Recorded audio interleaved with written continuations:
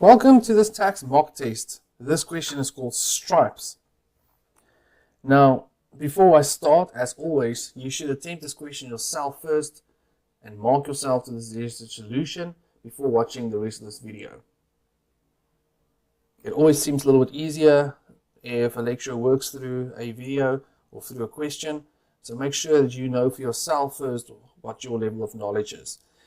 This type of question, this specific question, really tests just your understanding of how to calculate and how to apply the Tax Act to the topics covered here. And if you don't score a very high mark in this question, it probably indicates a substantial gap in your knowledge. So this specific question is not very difficult.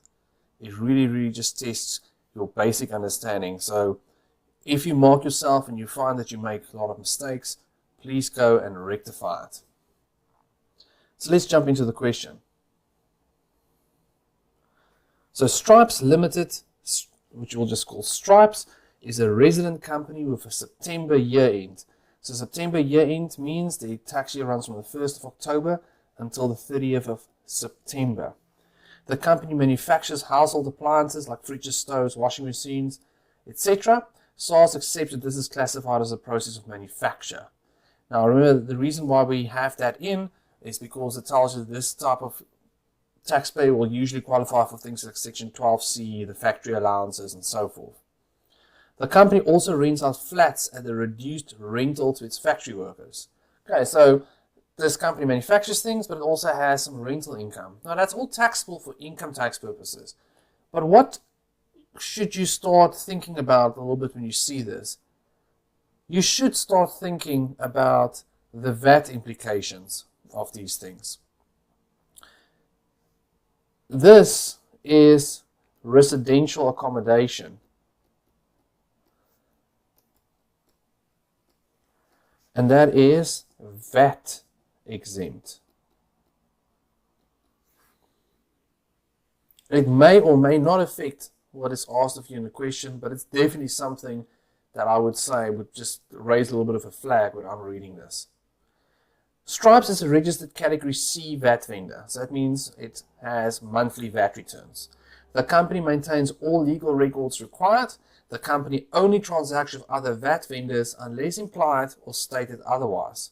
Why are they telling you that? They're trying to tell you that this company transacts with other VAT vendors, so that means that they get VAT invoices, which so means they can claim input tax. SARS has accepted the following percentages for purposes of apportionment. Now these purposes of apportionment they're talking about, the purpose is for VAT purposes. So manufacturing income and rental income. Manufacturing income is 90%, rental income is 10%. So for VAT purposes, the 90% is considered a taxable supply, and the rental income is considered an exempt supply. Now, why is this important? It means when you claim input tax that relates to the entire business, so for example, just, let's say water and electricity that relates to the entire business, you can only claim 90% of that amount. Be on the lookout for that. Why is that important? Okay, because if you think of Section 23 capital C, what does that section tell us about? That section talks about the VAT implications. Let me just explain to you. So let's say we have an amount here. Or let's say amount excluding VAT is 100. The VAT on that is 15, and then the total, so including VAT, is 115. Now what does Section 23C tell us? Section 23C tells us that if you claim that 15 over there as input tax, if you are able to claim that, then for income tax purposes, you must use the 100 rands. So basically the idea is this. For income tax purposes, You spend 115, you claim back the 15, so your expense is only 100. Now remember, if it is exempt, if you use something which is exempt, then for income tax purposes, you will use the 115, because how much did it cost you? 115. You can't claim any of the VAT, so it costs you 115.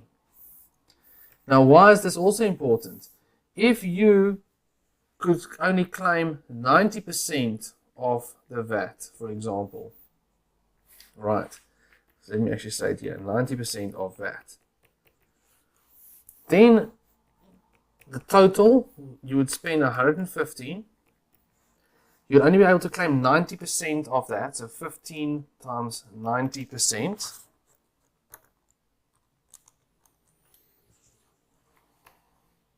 Okay, 13.5.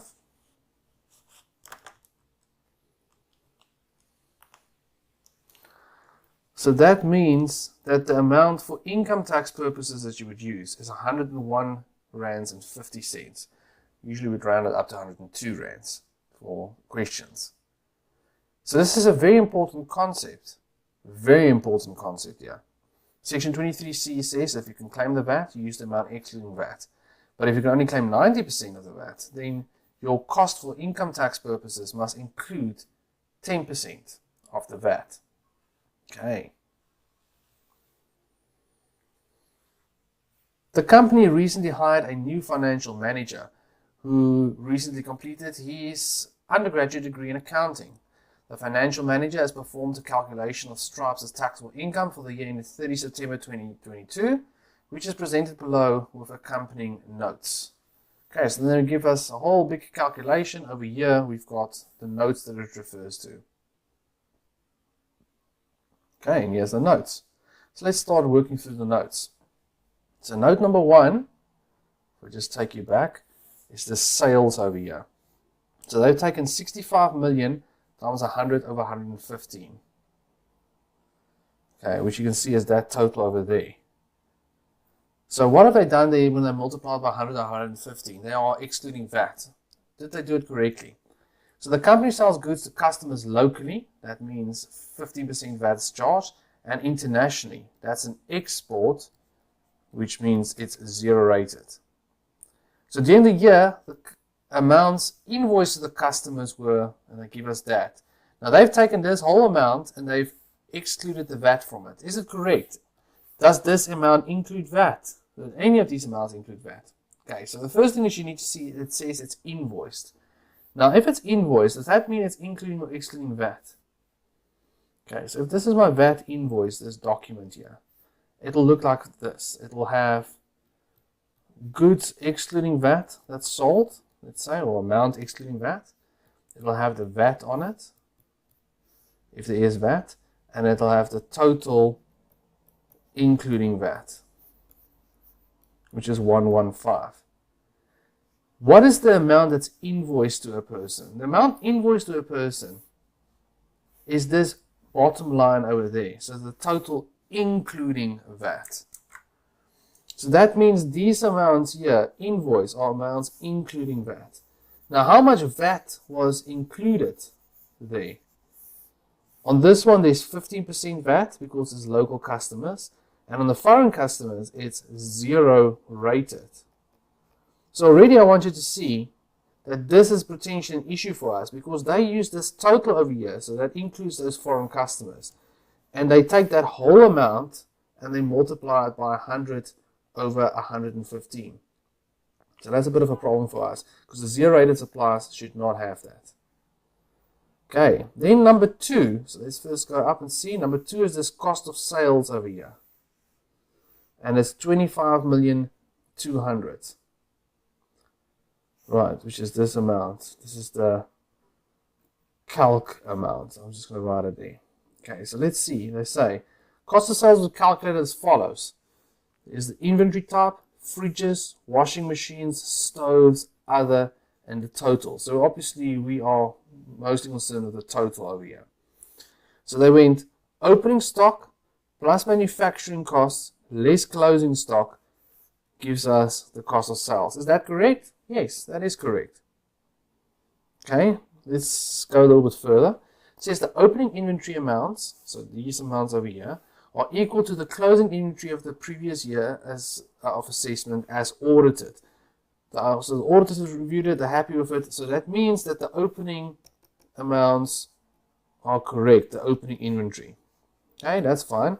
And they say the manufacturing costs include the cost of manufacturing. All right, so that's also correct, it appears. Nothing yet that seems suspicious. And they say the cost as well as the net realizable value, the NRV for the closing stock, is provided below. The expected selling price is equal to the market value of the stock. So this expected selling price is equal to the market value. Now, lower of cost or net realizable value is an IS2 basically concept from accounting. That has nothing to do with tax, the IFRS. For tax, closing stock, closing inventory per section 22(1) is on the lower of cost or market value. NRV is calculated as the expected selling price less cost to sell. This we don't consider for tax purposes. So let's make sure now that we see. Okay, so for fridges, the lower of, the first thing I'm going to do is the following. We need to use the lower of cost or market value, okay? So what I'm going to do is I'm going to highlight the lower of those two amounts. So fridges, cost is 2.1 million, NRV is 3.1, so that's the lower of the two. Washing machines, 2.6 versus 3. Let's actually do the following. This is what we have to look at. So it's either cost or this amount. Okay. So let's just make sure again. So for fridges, 2.1 or so 3.5 or 2.1 is 2.1. Washing machines, 2.6 or 4.1, 2.6. Stoves, 4.3 or 4.350, 4.3. Other, 2.4 or 2.7, 2.4. Okay, so everything should be cost. What have they used over here? So they used 2128, which is, I'm just going to highlight it here just to show, is correct.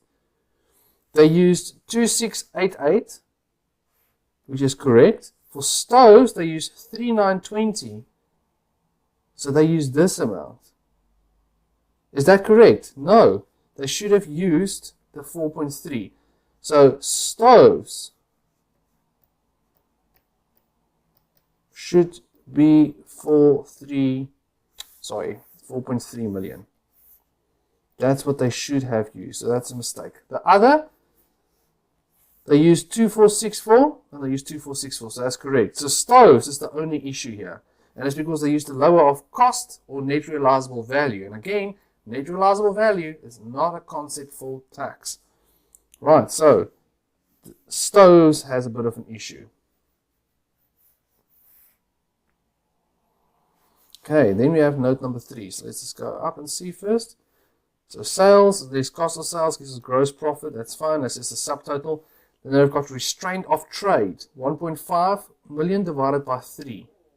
Now really, that seems a little bit suspicious to me. A restraint of trade divided by 3. Why? Because that is what calculation? Do we get a restraint of trade for companies? So it says, Stripes previously developed a trademark called Clean It, which it used to brand a line of its washing machines. However, Stripes had sold this trademark to a company in Swaziland 3 years ago. At the time of the sale of the trademark, Stripes received a restraint of trade payment amounting to 1.5 million and agreed that it would not sell its product in Swaziland for a period of 5 years. The financial manager is claiming the election Section 11CA deduction over 3 years. Now, the Section 11CA deduction tells you that you must use the lower of the amount divided by 5 or the amount divided by 3. That's correct, right? And that is true. And they've divided it by 3 here. But what does Section 11CA also tell you? Section 11CA says that the amount must have been taxed. The restraint of trade must have been taxed in the hands of the person that received it. Now, restraint of trades are only taxed in the hands of natural persons, personal service providers, and labor brokers. Section 11CA is not available for companies. So this accountant claimed that amount and it should not be allowed. Right, and then we've got a provision movement and a deduction of 230,000, note number 4. So it says the company offers free repairs on its products for a period of 3 years and makes provision for the estimated costs that will be incurred. So the provision balance was 850,000 in the past, it's now 620,000, so it's decreased. Okay, so the first thing I want you to see is, if the provision decreases, or let's think about accounting here. If the provision decreases, you'd say debit provision and credit the adjustment in the profit and loss. So credit the adjustment in profit and loss would mean income. So the first thing I want you to just see from an accounting perspective is that is the wrong way around, the 230,000. But that's not the issue here. I was trying to trick you there by giving you that. The issue here is that you are not allowed to claim a deduction on provisions.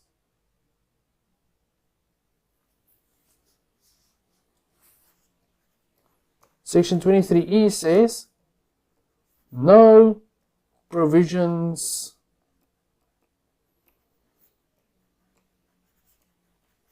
may be deducted. You can only deduct something if the amount has been actually incurred. And when is it actually incurred? When you've got an unconditional liability. This is just a provision for repairs that may happen in future. There's nothing here that tells you that it's an unconditional liability.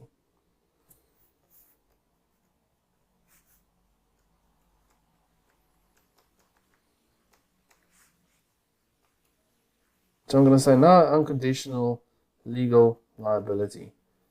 So sure, if there's something that indicates it's an unconditional legal liability, then you could claim it, but there's nothing that indicates that. Right, so number 5, we've got a dividend received and we've got expenses incurred.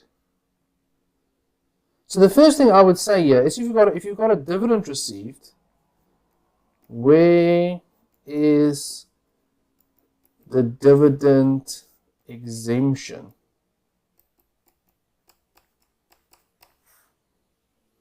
Okay, that seems to be missing.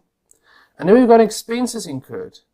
Now, remember the general deduction formula. Before we even go and look at that, I'm just reminding you, the general deduction formula,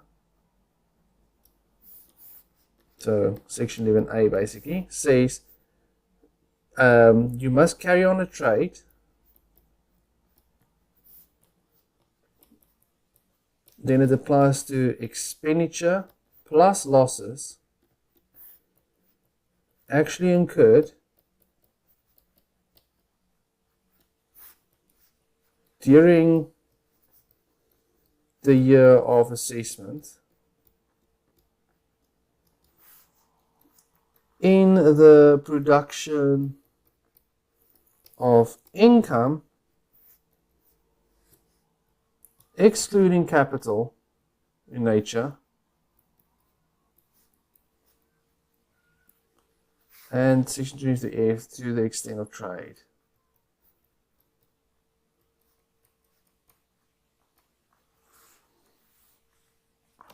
Okay, so what is important here? Production of income. What is income? Income is gross income less exempt income.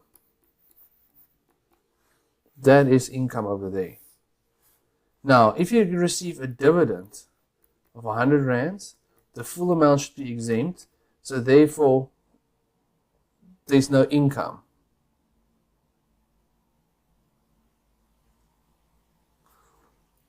Right. Section 23F specifically tells us that if there's no income,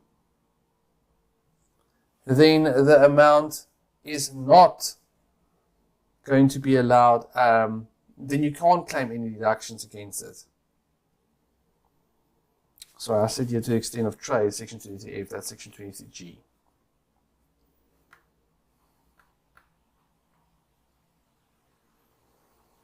So let's just go and read. They say in note number 5, the company holds 8% of the shares in Willowbrook, a company that prints labels. During the year of assessment, Willowbrook declared a total dividend of 800,000 to its shareholders. So 800,000 times 8% is the dividend. Stripes incurred postage and printing costs of 100 rands to make sure that Willowbrook had all the necessary documentation on file to pay the dividends. And the directors of Stripes also incurred traveling costs of 500 rands to attend shareholders meetings at Willowbrook. So that's the 100 plus the 500. Right, but that is, there should be no deduction allowed. This appears to be correct, the dividend received amount. Okay, sorry, so what's the next one? Number 6. So let's take a look. So they've got a foreign dividend from Glastonbury, I'm not sure how to pronounce it. Foreign dividend exemption is applied, 25/40.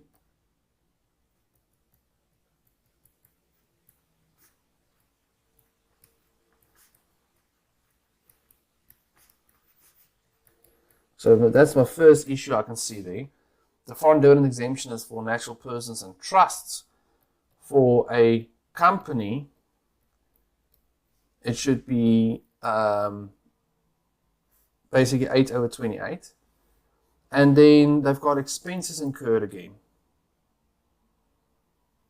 Now, section 23Q says no deduction allowed for foreign dividends. So that's already an issue there. Okay, so we can see there's a couple of issues here. So let's just go and see what they say in number 6. They say the company holds 9% of the shares in Glastonbury PLC, a foreign company. During the year of assessment, Stripes received 50,000 from them after foreign tax of 5,000 had been withheld. So the gross amount is 55,000. That amount must go into our gross income. Always the gross amount, remember that. What have they included here? 50,000. So I'm going to say, so it should be 55. So you can see there's a number of issues here. Then they say Stripes incurred postage and printing costs of 120 rands to comply with the necessary exchange regulations to receive the dividend. Okay, so that's what that expenses incurred were, just not allowed.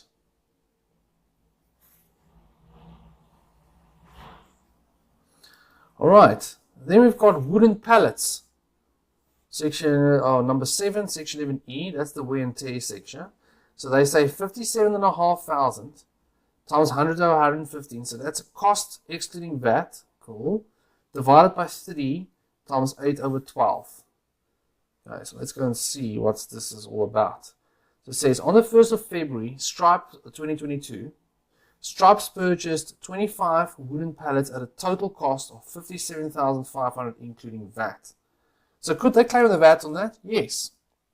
How much of the VAT could they claim? 100%, 90%, what is it? 100%, because this is all to do with manufacturing. It has nothing to do with rental. The wooden pallets are used separately from each other and is used to transport goods to customers separately from each other. The trading stock is loaded onto the wooden pallet and a forklift then picks up the pallet and places it on the delivery vehicle. And I tell you, per interpretation note 47, wooden pallets have an estimated useful life of 3 years. Now, February until September, February, March, April, May, June, July, August, September is 8 months. They've done it over 3 years. They've excluded the VAT. So is there an issue with number 7? It all seems correct, doesn't it? What's the problem with number 7? It's that 57,500 times 100 over 115 is 50,000. And then 50,000 divided by 25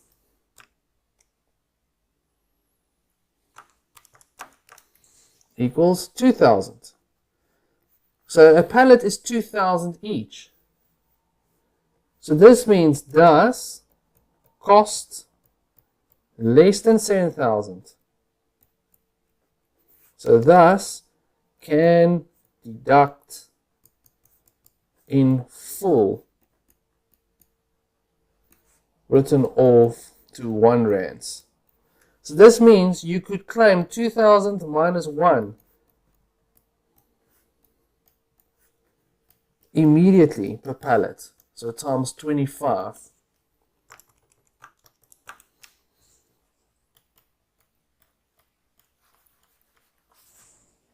Okay, so you could claim the full amount. Now, let's have a quick discussion here.